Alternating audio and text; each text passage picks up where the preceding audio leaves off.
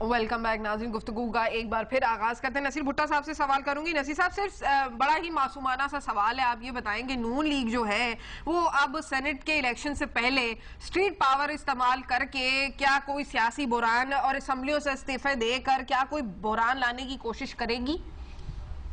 صوفیہ، بحران تو انہوں نے خود پیدا کیا ہوا ہے۔ ہم تو بحران کا حل چاہتے ہیں۔ ہم تو یہ چاہتے ہیں کہ جو بحران ملک کے اندر ہے، جس کا ہم نے توقع کی تھی 2008 کے الیکشن میں، عوام الناس نے ان کو ووٹ دیے تھے اور ان کو ایک میجورٹی پارٹی بنا کے یہاں پہ اقتدار میں لے کر کے آئے تھے، وہ بحرانوں کا خاتمہ چاہتے تھے، چونکہ اس ملک کے اندر گزشتہ 10 سال سے بحران چل رہے تھے، کبھی کوئی بحران، کبھی کوئی بحران، اب دیکھیں نا، سب سے بڑا بحران جو اس وقت ملک میں ہے وہ ہے کرپشن کا۔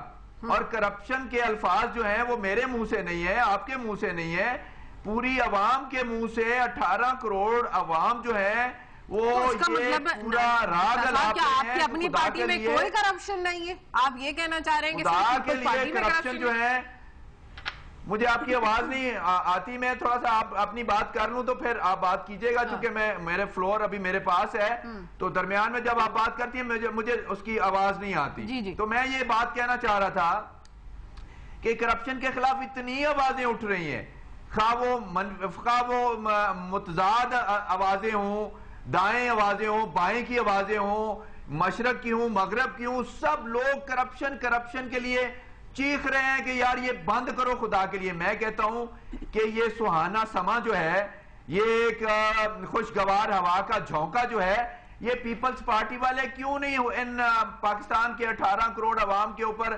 دیتے اور ان کے اوپر رحم کیوں نہیں کھاتے؟ کیوں نہیں ان کرپشن زدہ جو وزراء ہیں جن کے اوپر انگلیاں اٹھ رہی ہیں ان کو کیبنٹ سے باہر نکالتے، سسٹم کو کیوں نہیں چلاتے؟ چلیں یہ کہنا چاہ رہا ہوں، فیئر ہونی چاہیے۔ اور اس کی سائنس دیکھو، اس کی ایک مثال۔ اچھا چلیں بھٹا صاحب، عظما کا سن لیتے ہیں، عظما کا صوفیہ ایک لمحے کے لیے میں اس کی مثال دینا چاہتا ہوں کہ جیسے خواجہ نوید نے ابھی مثال دی کہ کرپشن، جو کرکٹ کرپشن ہے، اس کو تو پورے طریقے سے چند دنوں کے اندر انگلینڈ کے اندر جو کورٹ ہے اس نے اس کا فیصلہ کر دیا اور کیفرے کردار تک پہنچا دیا۔ اور آج آپ دیکھیں میڈیا کے اندر جتنے میسیجز آ رہے ہیں وہ یہ آ رہے ہیں کہ یہ فیصلہ جو ہے بالکل ٹھیک ہوا ہے، بلکہ ان کو زیادہ سزا ہونی چاہیے تھی۔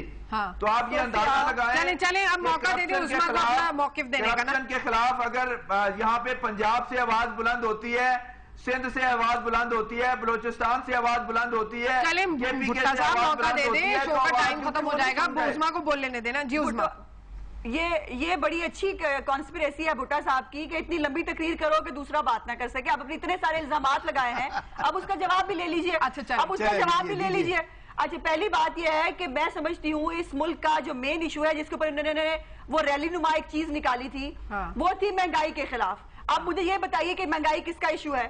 مہنگائی صوبوں کا ایشو ہے۔ پاکستان جو 18 کروڑ عوام کی بہت فکر ہے انہیں، کیا اس کے اندر 9 کروڑ جو ہے پنجاب کے لوگ شامل نہیں ہیں؟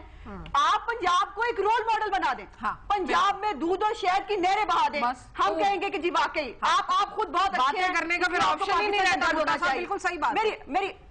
میری بات سن لیجئے صوفیہ، اس وقت پورے پنجاب میں اسٹوڈنٹس جو ہیں وہ سڑکوں پہ ہیں، لیڈی ہیلتھ وزٹرز سڑکوں پہ ہیں، ٹیچر سڑکوں پہ ہیں، یعنی کیا یہ آپ کو احتجاج جو ہے یہ احتجاج نہیں لگتا؟ کیا یہ لوگوں کی ڈسٹریس جو ہے مارکیٹ کمیٹیوں میں ان کے لوگ بیٹھے ہیں جو سبزیوں کا بھاؤ طے کرتے ہیں، تو یہ باقی خالی پنجاب کا حال نہیں ہے، آپ سندھ کی بھی بات کر لیں، بلوچستان کی بھی کر لیں، تو اس کا مطلب ہے دونوں پارٹیاں فیل ہیں نا؟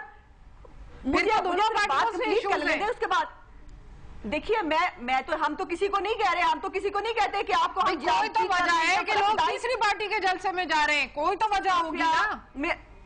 اگر مجھے آپ بات کمپلیٹ کریں گے تو میں اپنا پوائنٹ دے سکتی ہوں۔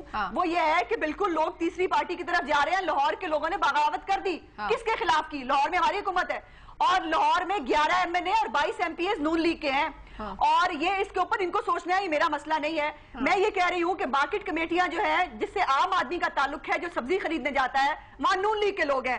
جو مرغی کی قیمت ہے حمزہ شہباز شریف طے کرتے ہیں، شوگر ملیں جو ہیں وہ نواز شریف صاحب کی فیملی کی ہیں۔ تو بھائی دیجئے نا، لوگوں کو ریلیف دیجئے۔ پنجاب میں آپ کو کس نے روکا ہے؟ آپ کو کون منع کرتا ہے؟ آپ